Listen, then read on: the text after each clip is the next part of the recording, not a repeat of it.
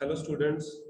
तो पिछली वीडियो में हम डिस्कस कर रहे थे फ्लोरा एंड फौना के बारे में कि कैसे इंडिया में जो है flora and fauna day by day deplete हो रहा था। ठीक है, तो इसमें हमने दो एस्पेक्ट्स पढ़े थे कि फर्स्टली कॉलोनियलाइजेशन से पहले कैसे इंडिया में फ्लोरा एंड फौना डिप्लीट हुई थी।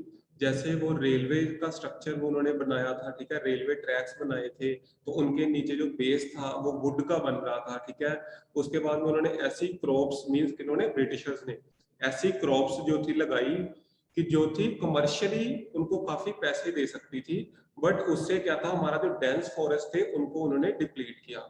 आफ्टर दैट हमने ये भी पढ़ा था कि कैसे 1951 के अराउंड, उसके बाद 1951 के बाद हमको इंडिपेंडेंस मिल गई थी, 47 के बाद मिल गई, तो 4 इयर्स हो चुके थे इंडिपेंडेंस को।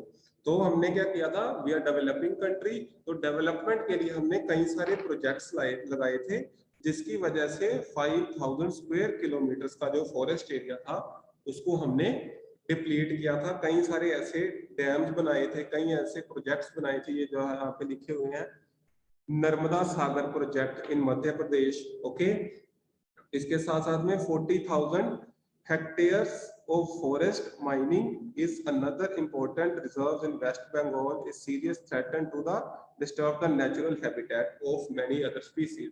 तो इसके साथ साथ में क्या था कि ये सारे प्रोजेक्ट ने काफी सारा जो हमारा फ्लोरा फौना और उसके साथ साथ में वाइल्ड लाइफ को डिप्लीट किया था। Now we will move further. Moving further, what we are going to discuss is that many forest and environmentalists hold the view that the greatest degrading factor behind the depletion of forest resources are grazing and fuel wood collection।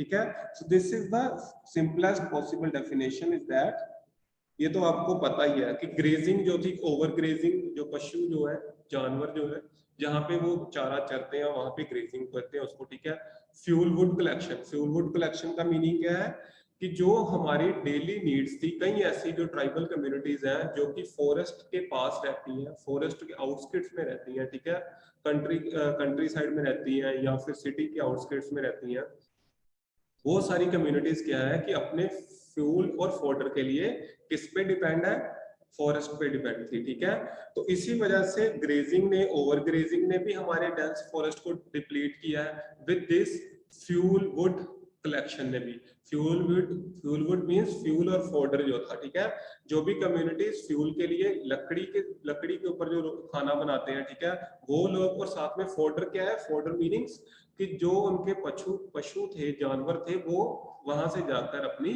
जो थी grazing करते थे। ठीक है, so this is the basic reasons, ये तो आपको पता ही है सारे। ठीक है, तो there may be some substance in their argument, yet the fact remains that a substantial part of fuel fodder demand is met by lopping rather than by felling trees। तो यहाँ पे क्या है कि दो वर्ड्स यूज हुए हैं, लॉपिंग and Fehling. ठीक है, ये सारी चीजें हैं, तो वो बता रहे हैं कि यहाँ पे लॉपिंग नहीं करनी चाहिए थी हमें, rather than by felling the centers। ठीक है, yet the fact remains that the substantial part of fuel fodder demand is met by lopping rather than by felling the entire trees। means हमें जो है लॉपिंग के ऊपर ध्यान देना चाहिए, एंटायर ट्री की फेलिंग नहीं करनी चाहिए। ये चीज क्या होती है, इसको हम सीखते हैं। जैसे ये एक ट्री है, ठीक, ये एक ट्री बन गया हमारा, तो ट्री को यहां से जब हम इसकी टहनियों को ऊपर ऊपर से काटेंगे, यहां से काटेंगे, ठीक है, तो उसके बाद में क्या होगा कि ये जो डाउनवर्ड पोर्शन बच जाएगा ना ट्री का, ऐसे ये वाला डाउनवर्ड पोर्शन, ये जो बच जाएगा, तो यहां से ट्री को दोबारा से ग्रो करना इजी रहेगा। इस प्रोसेस को हम लॉपिंग बोलते हैं। ठीक है, कि हमने जो है पूरे ट्री को नहीं काटना, जस्ट हाफ द ट्री को कट करो, या फिर क्या करो कि उसकी जो ब्रांचेस हैं, ठीक है, उसकी ब्रांचेस को कट कर लो, या तो आधे ट्री को काट लो, आधा जो उसको रहने दो, और उसके बाद में उसकी या फिर ब्रांचेस को काट लो। तो इस प्रोसेस को हम लॉपिंग बोलते हैं। इससे क्या होगा कि ट्री जो है दोबारा से इजीली ग्रो कर लेगा।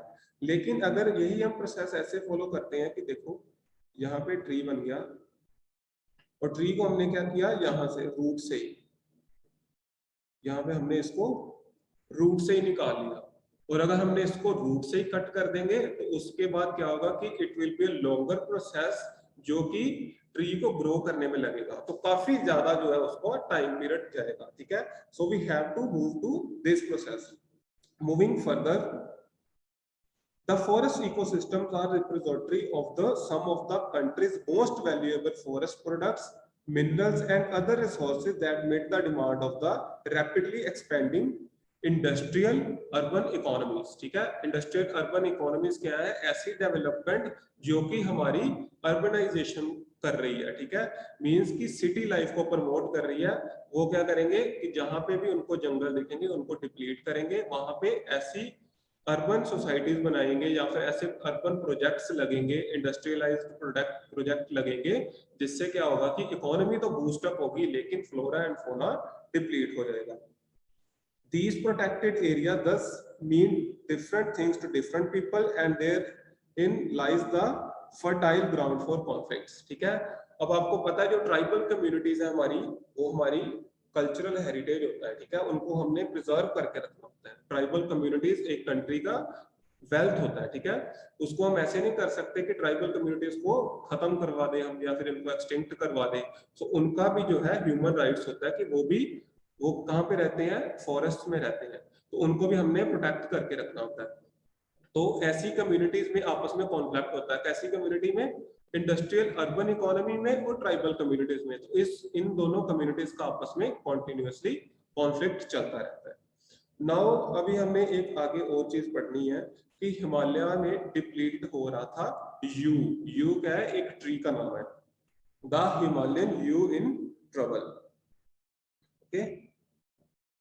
The Himalayan yew in trouble. The Himalayan yew is a medicinal plant found in the various part of Himachal Pradesh and Arunachal Pradesh, ठीक है। तो ये अरुणाचल प्रदेश और हिमाचल प्रदेश में एक ट्री था जो कि यहाँ पे पाया जाता है एक्सेस में, अबंडेंस में। A chemical compound called taxol, taxol, ये हमने यह वर्ड याद रखना है, टैक्सोल, ठीक है। इसमें से एक केमिकल कंपाउंड मिलता है जिसका नाम है टैक्सोल, ठीक है। इसको इससे एक्सट्रैक्ट किया जाता है, ठीक है। किससे एक्सट्रैक्ट किया जाता है? From its bark, needles, twigs and roots of this tree, and it has been successfully used to treat some cancers.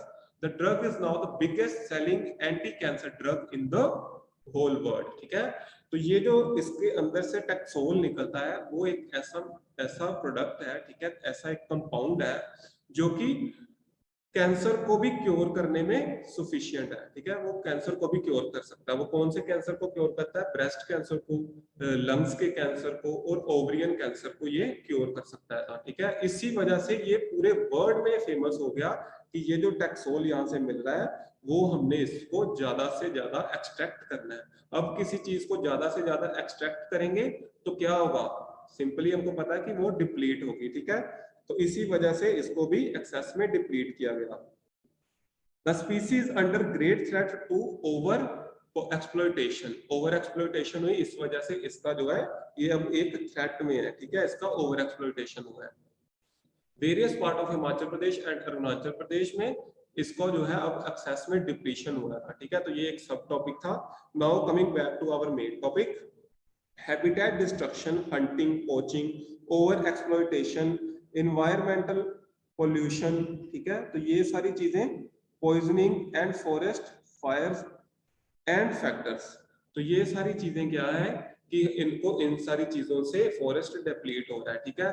ये सारी आपको पता है कि सिंपलेस्ट टर्म्स है, कुछ इनमें कोई रॉकेट साइंस नहीं है कि जो आपको पता नहीं चल रहा। हंटिंग मींस जब हम किसी चीज को हंट करते हैं, उसका शिकार करते हैं। और पोचिंग और हंटिंग में डिफरेंस इतना होता है कि पोचिंग जो है इलीगल होती है, इलीगल हंटिंग बोलते हैं, ठीक है। जैसे ब्लैक बक आपको पता था एंडेंजर्ड स्पीसी है, तो उसकी अगर हंटिंग करेंगे तो वो पोचिंग में आएगी, ठीक है, क्योंकि वो एंडेंजर्ड स्पीसी की हंटिंग है, ठीक है। तो ये सारी चीजें जो है इसकी वजह से हमारा जो फ्लोरा एंड फौना है वो डिप्लीट हो रहा है, ठीक है।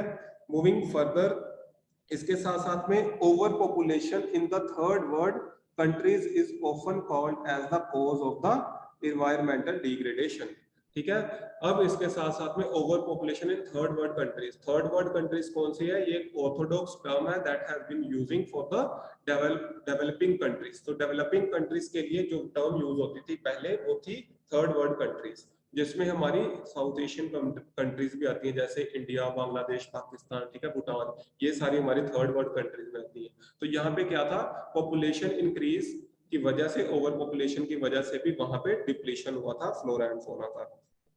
लेकिन यहाँ पे एक चीज ये भी देखने वाली है, the American consumes 40 times more resources than an average Somalian. ठीक है, एवरेज सोमालियन से अमेरिकन जो है वो 40 टाइम्स ज्यादा जो है हमारे रिसोर्सेज यूज कर रहे हैं। सोमालिया इज अ कंट्री जो कि डेवलपिंग कंट्री है, लेकिन अमेरिका तो आपको पता है डेवलप्ड कंट्री है, तो वो 40 टाइम्स ज्यादा जो है रिसोर्सेज यूज कर रहा है। इसलिए हम ये नहीं कह सकते कि सिर्फ जो है डेवलपिंग कंट्रीज है वो ही डिप्लीट कर रही है फ्लोरा एंड फौना को। यहाँ पे ये भी चीज काउंट होगी कि जो डेवलप्ड कंट्रीज हैं वो इनफैक्ट ज्यादा यूज कर रही है। अभी हमने पढ़ा ना कि 40 टाइम्स ज्यादा यूज कर रहा है America as compare to Somalia. Now moving further, we are now at the end of this topic. After that we will going to discuss the conservation of this. Right now we are focusing on the problem, and in the next session we will discuss about the solution as well, because where there is a problem there is a solution as well. So moving further, the destruction of forest and wildlife is not just a biological issue. Biological issue ही नहीं है ये एक, the biological loss is strongly correlated with the loss of cultural diversity. यहाँ पे अब ये देखो word एक यूज करिया इन्होंने, कल्चरल डाइवर्सिटी। अब जब वाइल्ड लाइफ डिस्ट्रॉय हो रही है तो वो तो बायोलॉजी को इफेक्ट करेगी, क्योंकि अगर फॉरेस्ट डिप्लीट हो रहे हैं तो वहां पे जो एनिमल्स रह रहे हैं, जो स्पीसीज रह रही हैं, उनका हैबिटेट डिस्ट्रॉय हो रहा है। तो यहाँ पे कल्चर कहाँ से आ गया? कल्चर किसका होता है? ह्यूमन बीइंग्स का होता है, एनिमल्स का तो कोई कल्चर नहीं है ना। ह्यूमन बीइंग्स का कल्चर भी इससे अफेक्ट होता है। वो कैसे होता है अब हमने ये देखना है। Such losses have increasingly marginalized and improvised many indigenous and other forest dependent communities. ठीक है, forest dependent communities, ये जो communities हैं जो कि forest पे ही डिपेंड करती हैं, जैसे हमारी ट्राइबल कम्युनिटीज, तो उनका कल्चर जो है इससे अफेक्ट होता है। जो सपोज करो सिटीज जो है या फिर विलेजेस हैं या फिर जो टाउन्स हैं जो कि बिल्कुल ही नियरर हैं फॉरेस्ट के, तो वो अपने रिसोर्सेज कहाँ से लेती हैं? फॉरेस्ट से लेती हैं। और अगर फॉरेस्ट ही डिप्लीट होगा तो उनका जो कल्चर है वो भी डिप्लीट होगा, वो भी खत्म होगा। ठीक है, who directly dependent on various components of the forest and wildlife for food, drink, medicine, culture, spirituality, etc. किसके लिए डिपेंड करते हैं वो? Food, drink, medicine, culture, spirituality. ठीक है, ये सारी चीजों के लिए वो किस पे डिपेंड करते हैं? फॉरेस्ट डिपेंडेंट कम्युनिटीज फॉरेस्ट पे ही डिपेंड करती है। उनको फूड चाहिए होगा तो कहाँ से मिलेगा? उनको मिलेगा फॉरेस्ट से। अगर वो वेजिटेरियन होंगे तो वो फ्रूट्स खाएंगे, अगर नॉन वेजिटेरियन होंगे तो वो हंटिंग करेंगे, ठीक है, वो शिकार करके खाएंगे। ड्रिंक्स, पानी उनको कहाँ से मिलेगा? पानी भी वहीं से मिलेगा। मेडिसिन, अब कई सारे फॉरेस्ट में ऐसे मेडिसिनल प्लांट होते हैं जो कि मेडिसिन का काम करते हैं। अभी हमने पीछे पढ़ा था हिमालयन यू, जिसमें से टैक्सोल निकलेगा। तो टैक्सोल निकलेगा तो कहाँ पे यूज होगा? वो कैंसर क्योर करने में।